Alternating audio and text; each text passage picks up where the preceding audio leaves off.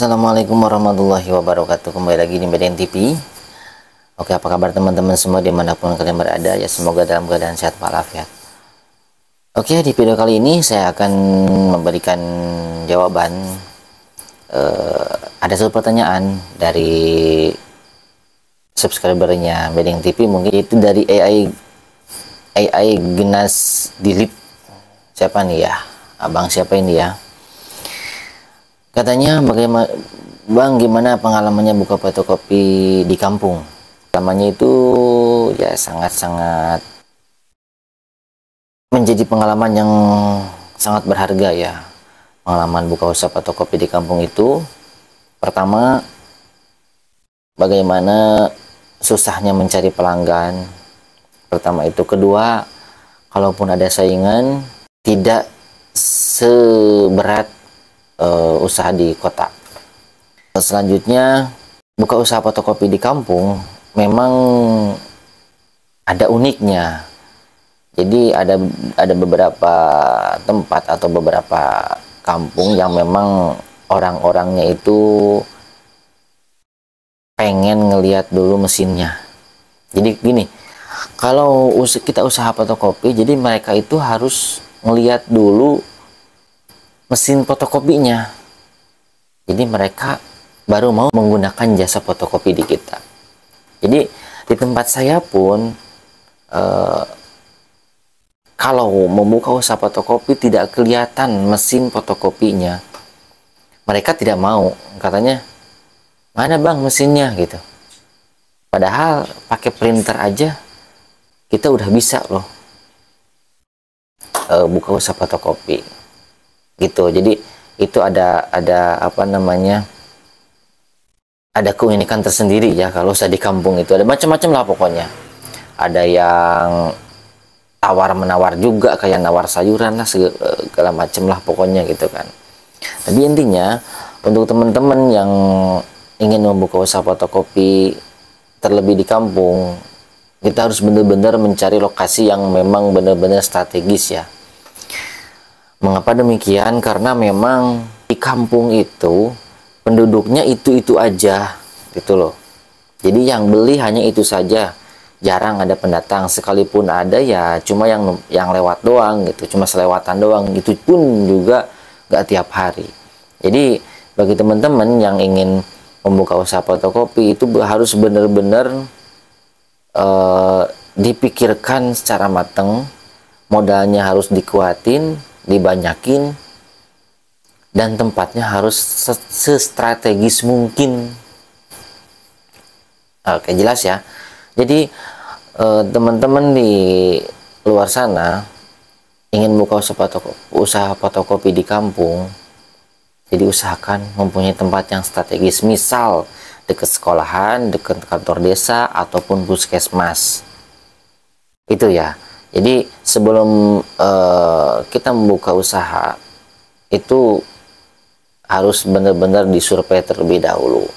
Jadi lebih bagus lagi usahanya itu, misalkan udah punya warung nih, ya, udah punya warung, terus ditambahin lah jasa fotokopi, jasa cetak foto dan lain sebagainya. Itu seperti itu. Karena sepengalaman saya memang ada baiknya, ada juga buruknya. Baiknya apa? Jadi kita bisa membantu para warga yang memang memfotokopi itu tidak jauh. Jadi yang tadinya mau fotokopi itu bisa nyampe 5 kilo, sekarang karena di kampung ada, ya di kampung sini ada gitu. Jadi cuma jalan kaki aja udah bisa fotokopi. Buruknya gimana? Buruknya itu dibilang buruk sih enggak ya, apa negatifnya itu ya, kalau lagi nggak ada proyek, kalau lagi nggak ada misalkan bantuan ataupun nggak berobat, ya kurang gitu. Jadi kita harus pinter-pinter mencari konsumen.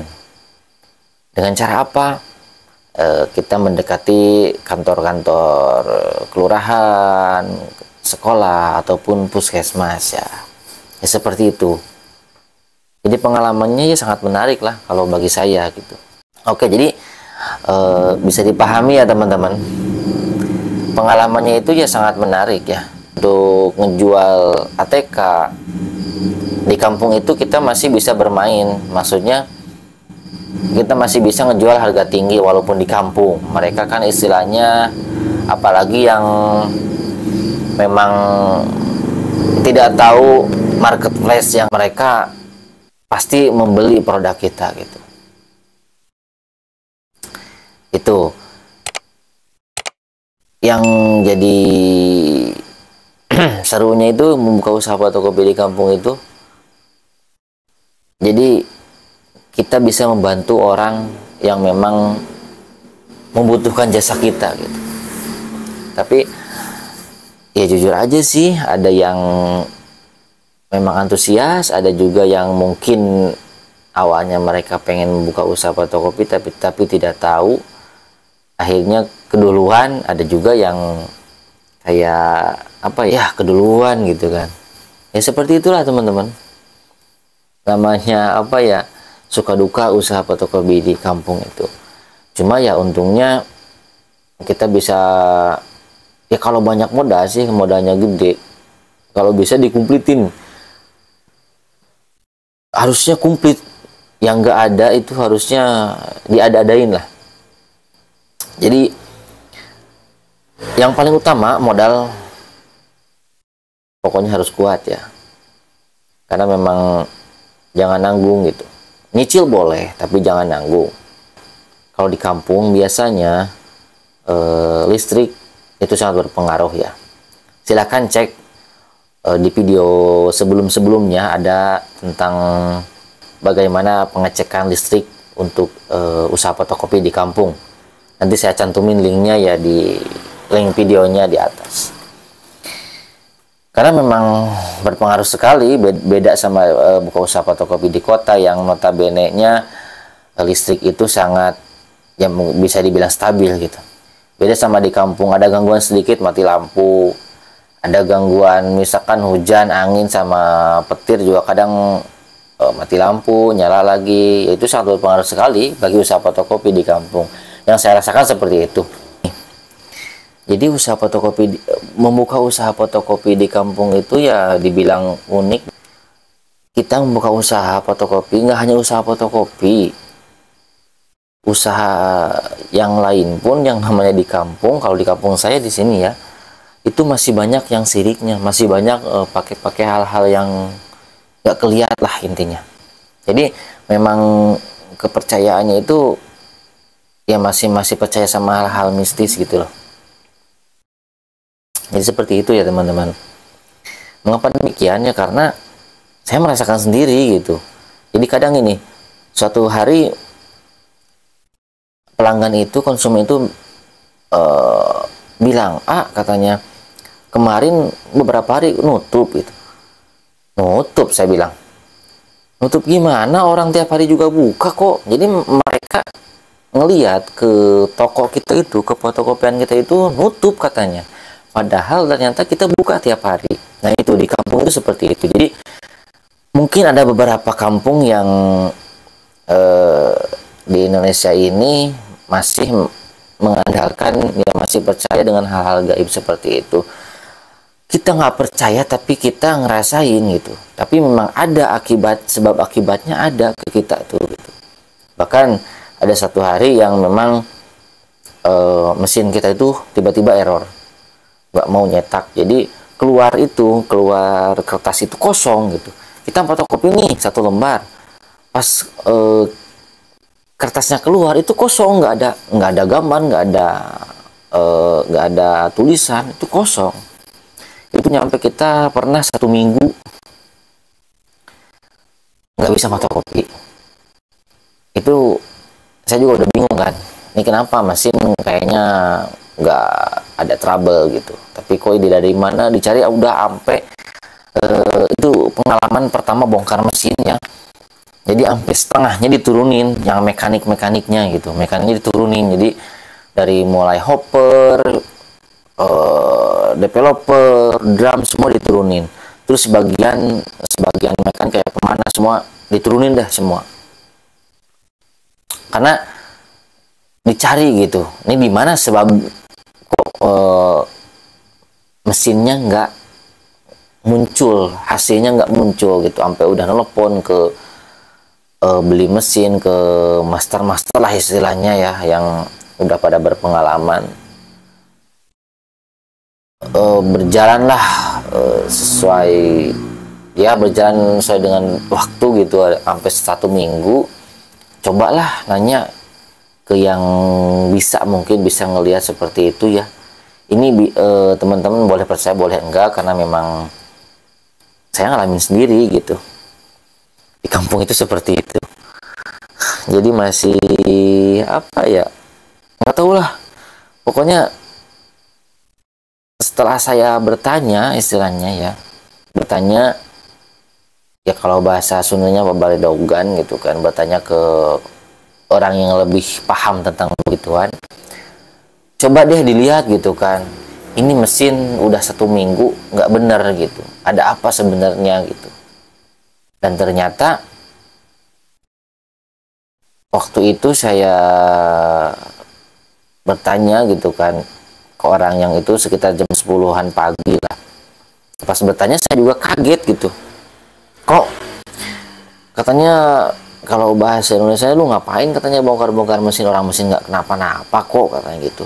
Udah sekarang mendingan lu pulang katanya, lu benerin pasang-pasangin lagi tuh mesin katanya. Besok juga jam 10 pas banget seperti ya sekarang ini katanya. Mesin insya Allah bisa berjalan kembali katanya, bisa ngehasilin lagi kok katanya. Udah lu mendingan pulang sekarang katanya. Nggak usah lama-lama di sini, mending pasang-pasangin lagi dia tuh alat-alat, kata ngapain istilahnya capek-capek bongkar-bongkar gitu. Katanya ini bukan mesin yang rusak, emang ada, katanya ada kiriman orang gitu, ada hantunya katanya gitu kan. Udah mendingan sekarang gini aja, ini bawa air katanya itu kan, bawa air nanti nggak usah disiramin, cuma di kepret-kepret gitu doang gitu, sama disemprot-semprot doang gitu, nggak usah banyak, yang penting semua kena airnya gitu. Udah mendingan sekarang pulang katanya, pasang lagi. Dan secara tidak langsung, ya percaya nggak percaya, besok paginya ya jam 10 alhamdulillah ya istilahnya nyala lagi mesinnya, keluar lagi, sampai keluarga juga semua pada terheran-heran gitu kan. Semua orang tua di sini, keluarga, kok bisa ya katanya gitu. Ya mungkin yang namanya setan, yang namanya hantu ya, asal ada yang nyuruh ya mungkin bisa gitu kan. Ya percaya nggak percaya sih, memang saya alami sendiri gitu. Itulah serba-serbi usaha di kampung. Tapi ya memang ternyata tidak hanya fotokopi saja sebenarnya yang apa namanya, yang mengalami seperti itu gitu. Ada saudara yang jualan makanan, masak udah basi, terus apa namanya, yang buka usaha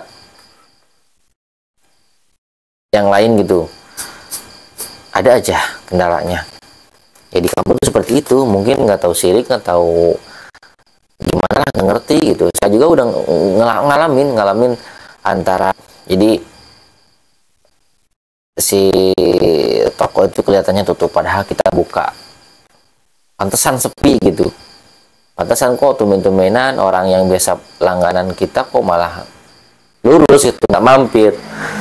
Tapi ternyata mungkin yang namanya ditutup kali ya. Jadi ya gitulah.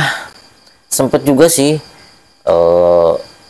kena ke istri gitu kan, nggak tahu sirik atau apa, pokoknya kena ke si istri sakit gitu kan. Akhirnya kan usaha fotokopi kita terbengkalai gitu. Jadi nggak apa namanya, ya nggak efektif lah. Namanya istri sakit itu kan, kadang ke anak juga. Tapi alhamdulillah sih sekarang ini udah mulai, mungkin mereka udah capek kali atau gimana, karena saya juga udah nggak kemana-mana, udah nggak ini lagi ya, masa bodohan lah. Itulah saya percayakan aja semuanya kepada Allah ya. Itu teman-teman ya, serba-serbi ya, pengalaman di kampung itu seperti itu gitu. Ini benar-benar harus kuat mental, kuat segalanya, kuat modalnya juga, ya pokoknya kuat segalanya lah gitu. Pokoknya saya tekankan lagi, bagi teman-teman yang ingin membuka usaha fotokopi terutama di kampung, ya harus semangat. Insya Allah nggak ada apa-apa ya. Itu ya Bang, jelas ya Bang ya. Kalau misalkan ada yang mau ditanyain lagi, silahkan di komen lagi, ataupun kita nanti lebih enak sih kita mungkin live ya.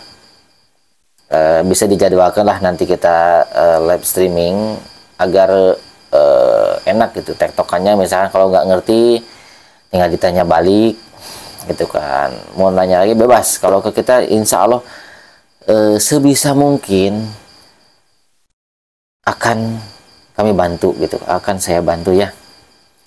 Pokoknya mungkin itu saja Bang, pengalaman saya buka usaha fotokopi di kampung gitu. Jadi ada senangnya, ada dukanya, ada negatifnya, ada positifnya. Ya seperti itulah namanya usaha ya Bang ya. Tapi kalau memang Abang mau buka usaha fotokopi, jangan takut, jangan ragu, silahkan konsultasikan ya. Oke, mungkin itu saja. Semoga bermanfaat, dan bagi yang ingin membuka usaha fotokopi tetap semangat, yang baru buka tetap semangat. Mudah-mudahan usahanya pada ramai semua, pada lancar, dan tentunya berkah ya. Oke, jangan lupa like, comment, subscribe, dan share agar terus berkembang channel ini ya. Jangan lupa bisa berlangganan juga agar tidak ketinggalan video-video dan live berikutnya. Oke, assalamualaikum warahmatullahi wabarakatuh.